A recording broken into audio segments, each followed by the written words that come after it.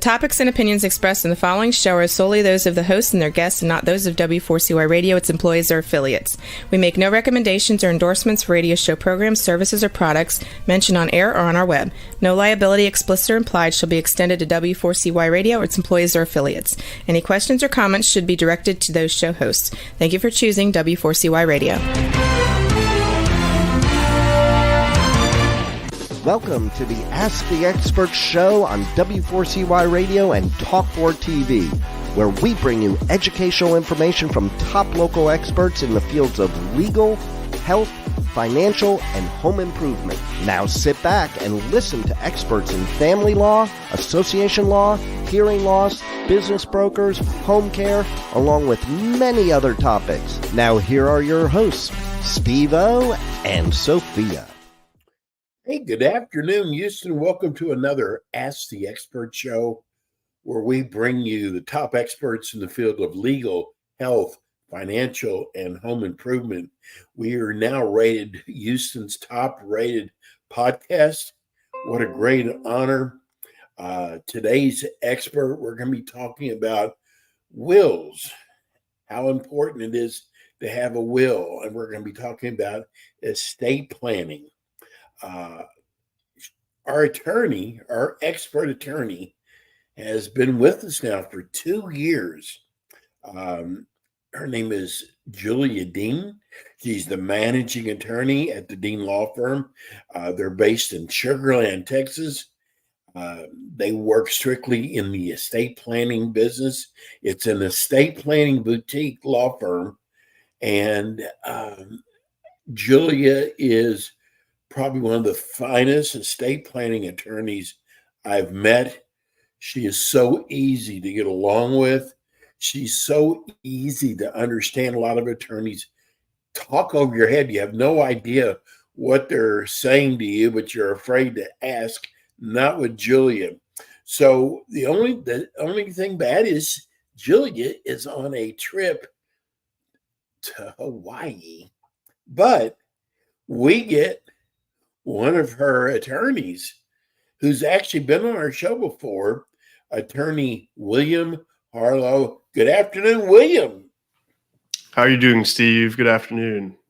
We are doing well. If you have a question for William, you can actually call us at 561-623-9429. Or if you're watching the show, we actually have a chat line. You can ask a question if it's in regards to estate planning.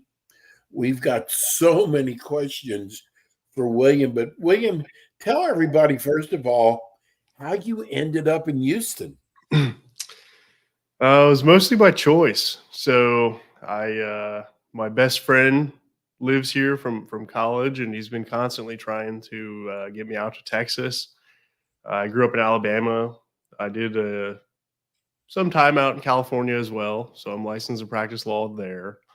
But eventually, I had my 2 kids so far. Decided to move to Houston to get better cost of living, things like that. And I always heard people here tell me, if you're not from Texas, you got here as fast as you could. So that is so right. So you love Houston. It's a great city. I have got so many questions for you. Let me get started with, first of all, a lot of people don't think about estate planning, which is really sad. When would you suggest people start thinking about estate planning? Sure.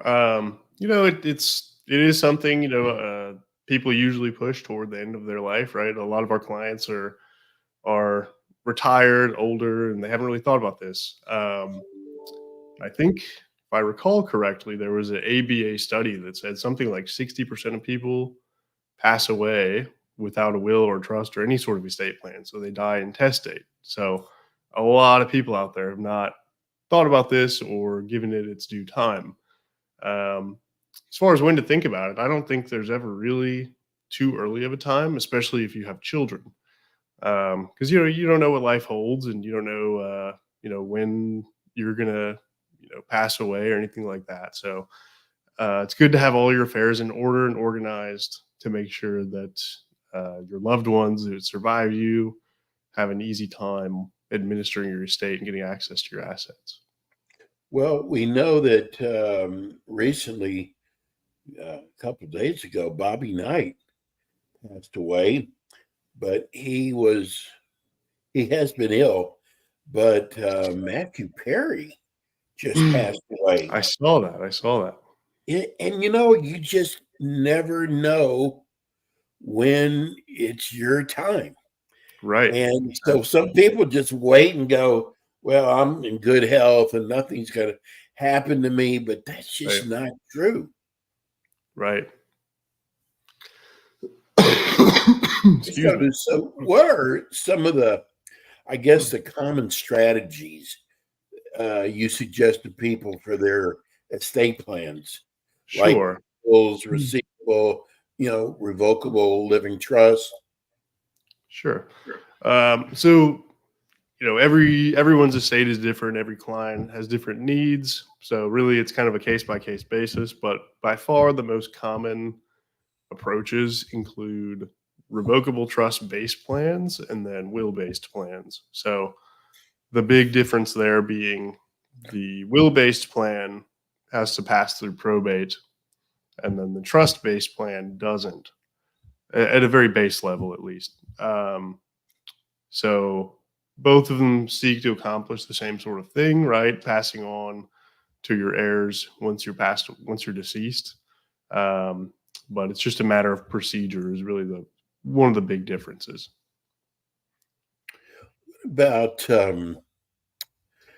What about medical powers of attorney? Sure. And directives to physicians? Right.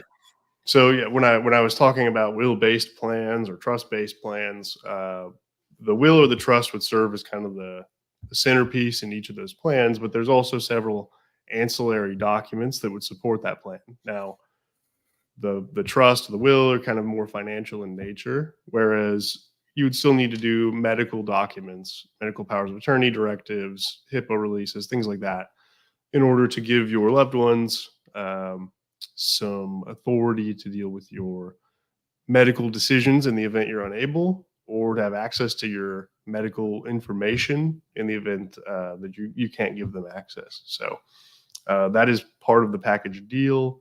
Most typically, when you do a whole estate plan, it comes with ancillary documents to support the will or the trust.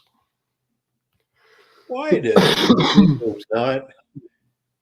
I just cannot understand somebody not having a will. I think we talked about last time that Prince passed away without a will. And here's a guy that had so many, people managing his business. Sure. And he didn't even have a will. And I think some people don't have a will because they think you have to be a multimillionaire or you don't need one. And that's just not true, is it? Right. Yeah. So it's not true. Oftentimes it ends up being more expensive for your estate, right? More money is coming out of your estate towards administrative costs that your beneficiaries or your heirs would have otherwise inherited. So there's just more to prove, right? If you haven't set it out in writing ahead of time. So, and the same with the trust, right? Removing it from that court proceeding is going to have some cost savings as well as time. Really, time is the biggest thing, not dealing with the court calendar. Are there any taxes that people should be concerned about after they pass away? Sure. So there are estate taxes here at the federal level. State level, Texas is one of the states that does not have any estate tax. There's only a handful of states that have state level estate taxes. But there's a certain amount of assets that you can pass estate tax exempt on to the next generation before that tax kicks in. And the number that you get exempt is whatever it is the year that you pass away. So if you passed away this year, 2023, you could pass $12.92 million worth of assets free of estate taxes before that 40% tax rate would kick in. Here coming up in 2026, that number is going to roughly be cut into half. So it'll be 5 million adjusted for inflation. So, there's plenty of tax savings to be had now. Whereas here in the future, it might be lower. And then if Congress changes its mind again and is able to pass some other sort of tax bill to lower it even more or potentially raise it again, it could look very different, right? So there are different approaches you take, depending on time, depending on the type of assets you have and the beneficiaries as well. We just got a text from a saying, we really enjoy your estate planning show. We have learned so much. Can you explain to us what elder law is? Elder law. Not exactly my field of expertise. I know a very small amount about it, but a lot of that has to do with Medicaid planning and becoming eligible for Medicaid. So just kind of on a 10,000 foot view, it's a way to structure your assets to qualify for Medicaid. There's proactive planning and then there's crisis planning, right? So proactive, you have to go out at least 5 years before you're going to apply for Medicaid and set up some sort of irrevocable trust to transfer the assets on so that you have you can meet the asset requirements for Medicaid. So a lot of the times that's what elder law has to do with. If that is something that people are interested in discussing, Julia is much more versed in that particular aspect than I am. So I encourage you to give us a call and discuss that. Give people the phone number there at the office. Excuse me. Yes, our phone number here is 281-277-3326. Let me, is there anything people can do to avoid or to reduce, we say, taxes after death? There are some measures that you could take. There's what a really simple kind of commonly used strategies with bypass trust. So basically, spouses have what's called an unlimited marital deduction, so they can transfer an unlimited amount of property between each other. When the property is passing to any other beneficiary, then you're limited to that 12.92 million or whatever the number is whenever you pass away. Now, there are ways that you can try to cash in that coupon, if you will, when you pass away with some bypass trust planning to try to soak up potentially a higher number than, if you passed away this year, you may want to try to soak up more taxes or more of your exemption than, if it's going to go down in a few years. So bypass trust is one way to do it. Something else I've been dealing with recently, and I've seen a lot here in Houston, is when we have they're non-U.S. citizens, but they're domiciled here, green card holders, a lot of times having to do with the oil and gas industry here. So we got a lot of British nationals and Nigerian and Indian, and they can't take advantage of the unlimited marital deduction unless they do a certain type of qualified domestic trust to potentially delay any estate taxes due. So that's another very important thing is if you're a non-citizen living here, domiciled here, to definitely think about, if you're going to continue to stay here, to think about doing some trust planning, if you're married and have a spouse here. Oh, hold on.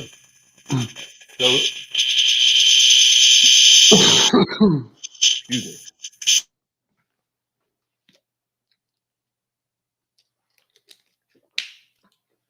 Okay, I'm sorry. We're at a hotel today, and for some reason, the fire alarm keeps going off. Oh, no. There it goes.